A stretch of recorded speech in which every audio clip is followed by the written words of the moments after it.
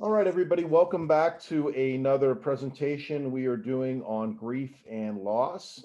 We are in the new year of 2021, so a lot of folks have gotten through the holiday season in a crazy 2020.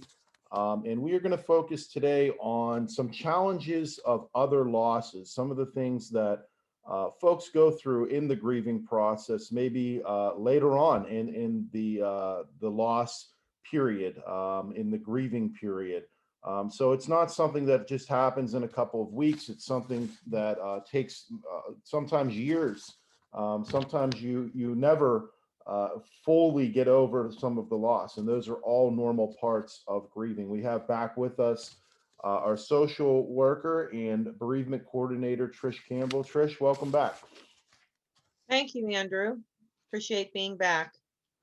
So, what would you kind of want to get started with this presentation on challenges of other losses that we're focusing on today? When you lose a loved one, you encounter other losses along the way, along that journey. It could be within the first few months, it could be within the first year or 2 years. They're often unexpected, and we often don't recognize their impact, how they can impede the grief process and your ability to get through. You can get stuck when you've had other losses because you're consumed with energy once again to deal with that loss, and they can be the deaths of other people, unfortunately. um, we don't always recognize either how significant these other losses can create an additional burden on how we cope, and can also create incredible pain and stress, and also complicate the grief journey. So it kind of can set you back, so to speak. Um, Throughout the life cycle, we experience other losses and changes in our lives that impact our ability to grieve, which can be a number of things that Andrew will share with you other than deaths. And this also is going to impact our ability to work toward healing, the healing process. So, Andrew, do you want to share a number of these losses that people may experience that Yeah, impact grief? yeah. We have about 20, 21 of these losses. So, and a lot of when I was reading through the presentation, when we think about loss, we often just think about, okay, somebody passed away that was close to us. But when we talk about loss, it can affect us in all different ways of life. So I'd like to read through this so folks can kind of get an idea of what we're talking about here. They can be divorce, marital separation, personal injury or illness, a loss of employment, changing a job or retirement, change if a family member's of a family member's health status, that can be a loss, pregnancy, sexual difficulties, gaining a new family member, a child leaving home, beginning or ending school, family issues or tension, mortgage foreclosure, a need to relocate, change in living conditions, change in schools, change in recreation, change in church or social activities, changes in sleeping or eating habits, weight loss, holidays, loss of trust, loss of approval, loss of safety or control. So, obviously, these are things that literally everybody who is alive goes through some of these losses, and can experience this, especially in our adult life. And also, I would also say many children or teenagers experience some of these losses. All right. So how would we adjust to kind of this new belief system, or new reality, we could say, after going through this loss, or making an adjustment of life?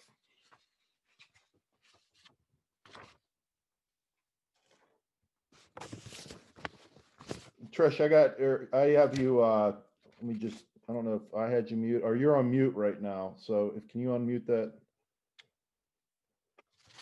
That happened. Yeah, you're all right. It happens. You're good. So we need to think about restructuring our relationships. So if we're struggling to hold on to the relationship of the person who died, we can be withdrawing into ourselves and end up avoiding other people who remind us of our loss. So our challenge becomes how we're going to reconnect to family and friends who remain in our lives and also form new connections with people. Um, this is what you need to do to develop a new plan and to find your purpose in life. That doesn't mean you don't think about the person that died, that you don't grieve, that you don't honor them, have memories of them. Um, but it's about moving to a different place with the loss. There's sadness, but the sadness does not have the same intensity. It's not something that you're preoccupied with every minute of the day or every day.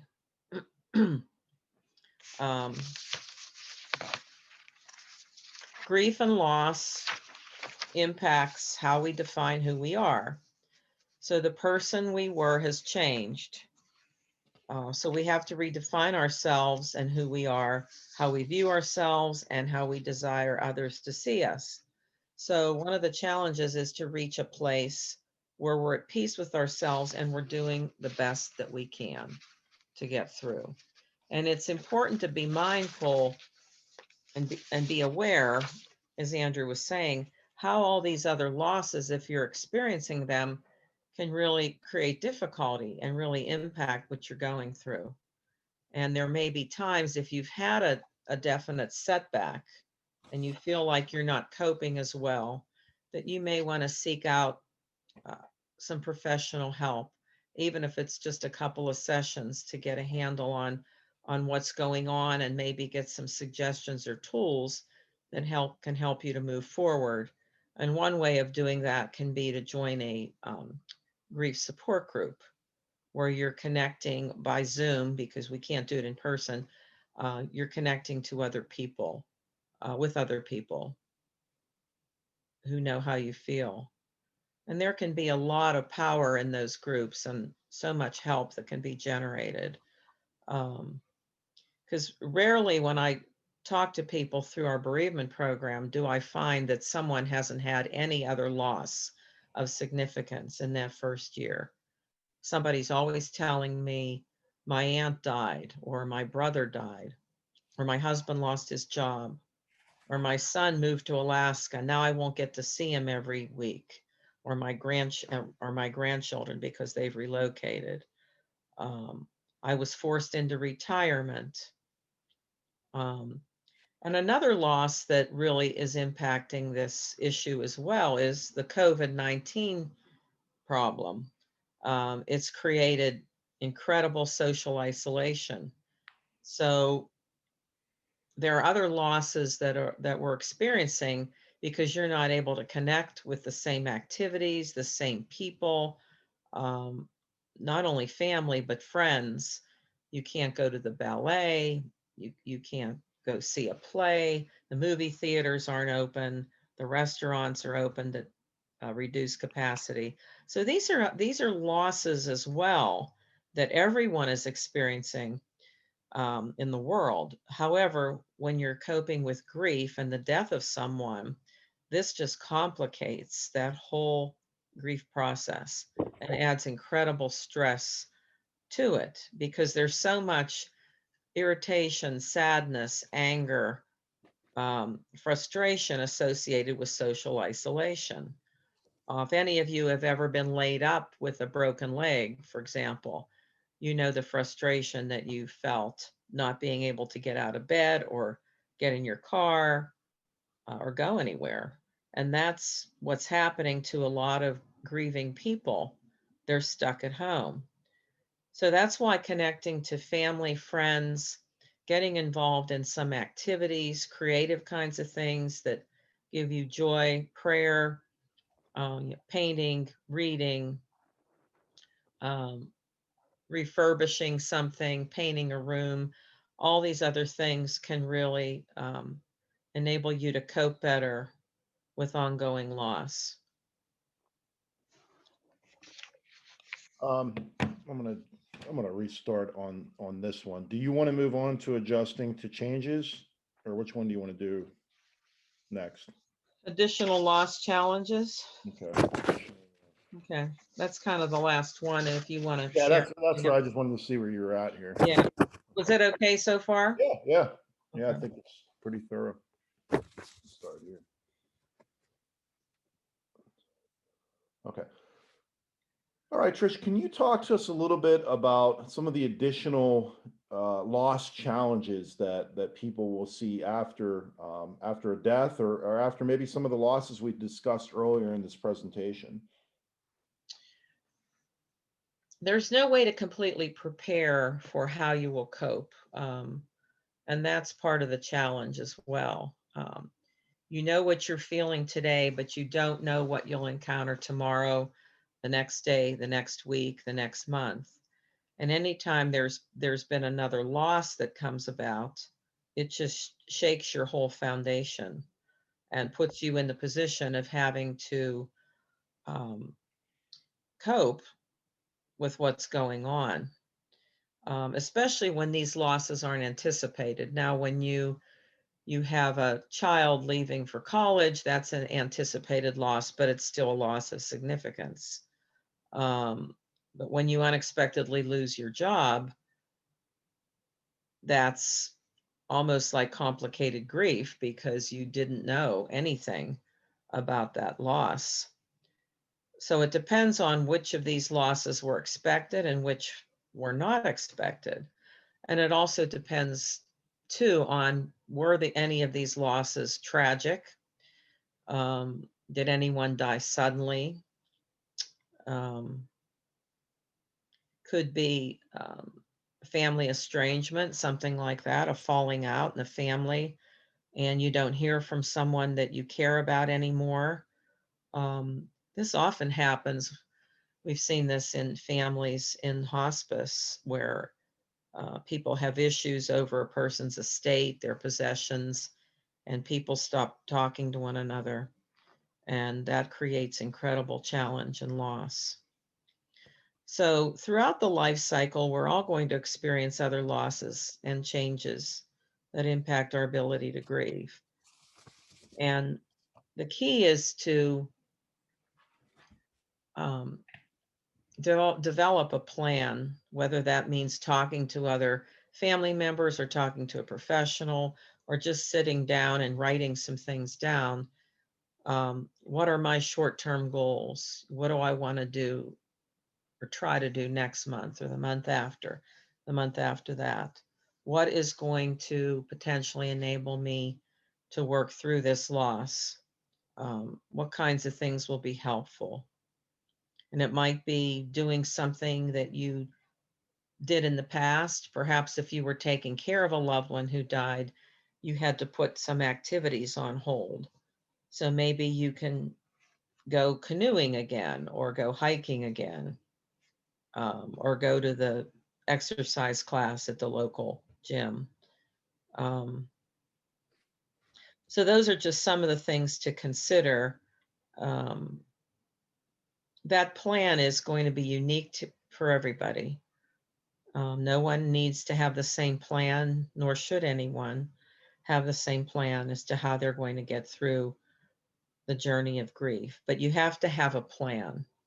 After the initial death occurs and a few months have elapsed, then it's time to start to think about what can I do that might be helpful. Um, so certainly losing additional loved ones along the way will impact our grief and our ability to work toward healing. But I think being mindful and aware of just how significant these additional losses can be is helpful to know, and helps you to put your losses in perspective. Yeah, Um, and, when you were talking about formulating a plan too, I think it's important that people utilize their resources in the community. Whether that be a pastor at a church or a mhm. social worker or a psychologist, psychiatrist, counselor. There's a lot of different resources and avenues that folks are able to utilize, but they have to take the time to reach out to these resources in order to get the help that they need. So I would definitely caution folks too, if you're going to formulate your own plan, make sure that you're doing it amongst people that actually have a background in helping folks get through grief. I think sometimes folks kind of think, oh, I can do this on my own, or I can just rely on people that are in my inner circle to help me through this. And as important as those people are, we need friends, we need family to help us through difficult times. Sometimes we got to take the additional step, and sometimes taking that additional step will help us get through the grieving process in a more healthy way. So Trish, obviously, when we go through a significant loss or a change of life, with a lot of the things we've talked about, divorce, change of job, a child leaving the house, in some ways, I would say we have to reformulate our identity. So can you kind of talk a little bit about that more in depth about what that means? Sure. Grief and loss impacts how we define who we are. So the person we were has changed. Um, Perhaps I'm no longer a wife. I'm no longer a sister. I'm no longer a daughter. I'm no longer a mother. Those are all very significant issues that are overwhelming. And someone said, you look into a mirror and you see someone who's a stranger. You don't even look like the same person, because I think loss can transcend itself to even change the way we look. Um, so we have to redefine ourselves and who we are, how we view ourselves, and how we desire others to see us. So that involves taking the time to sit down and determine, who are we now that I'm not a sister and my sister is not in my life. um, how has that changed my life? How did she enhance my life? What can I do without that person in my life? How can I honor that person?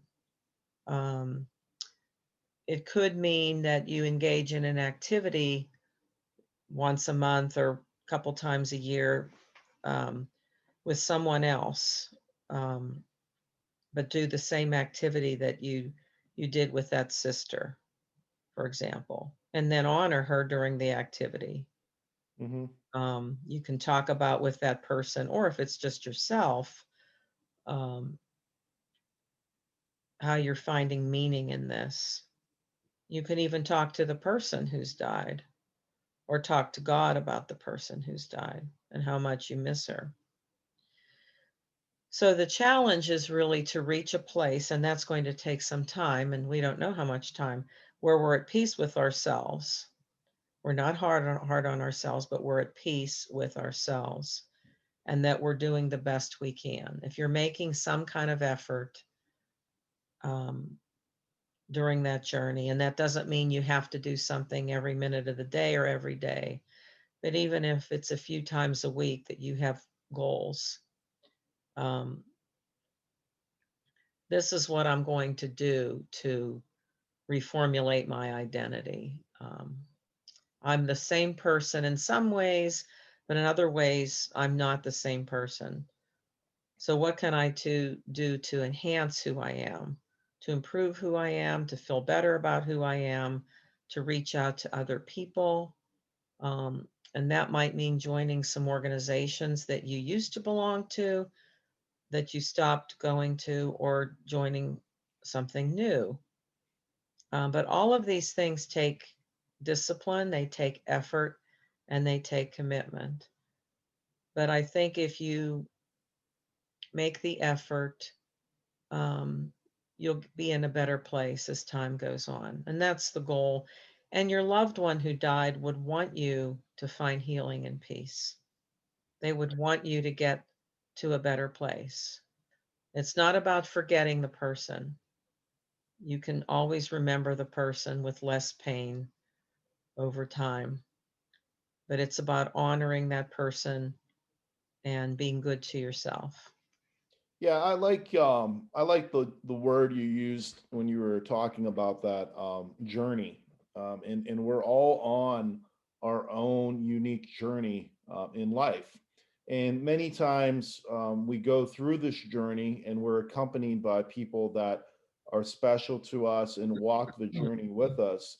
But that doesn't take away from the fact that each individual person is walking their own unique journey, and when that journey ends, is dictated, for us as Christians and believers, it's dictated by when God takes us home, and there's nothing we can do about that, from people that are also walking along the journey. So it's important that we always, do the best we can to enrich other people's journey in life, but that we're also taking time each and every day to also enrich our own journey, with prayer, meditation, exercise, doing the things that we enjoy to make sure that we have our own unique identity and that our identity isn't always um, in somebody else. It's important that we have take ownership of who we are as people. So a lot of the things that you recommended, I think, are fantastic because there are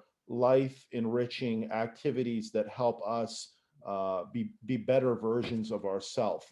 And really, in a lot of ways, that's what grieving and that's what coming to a healthier place actually consists of, is how do we become a more healthier version, mentally, physically, and spiritually of ourselves. Okay, Trish. Well, that was a very enriching and enlightening presentation. Do we have anything on the horizon for people that tune in with us? We're going to do help for grievers. So we'll come up with some um, thoughts, ideas as to what can be helpful to facilitate healing on the journey, and perhaps come with, perhaps also talk about some creative ideas, of things you can get involved in, um, or places you can call, um, as well. So that will be our last session in this grief and loss series. So Awesome. it's going to be a session about help and about hope. Good, good. Well, we wish everybody a very happy new year. We always tell folks you can find more information out at our website, MotherTeresaHospice.com. We're also on Facebook and Twitter. And we've been trying to post a little bit more on Facebook, inspirational things that just to help people get through their day. I know a lot of folks have just been having these ups and downs with the COVID, what we can, what we can't do. And we're just trying to dig ourselves out, keep everybody as positive as we possibly can, and just be the best people that we can. So we're excited to have some new programs on the horizon in 2021 to help people. And we're also excited that hopefully soon we'll be also able to meet with folks once again in person and not always have to be doing everything online. So once again, you can find out more at MotherTeresaHospice.com, and we will see you guys next time.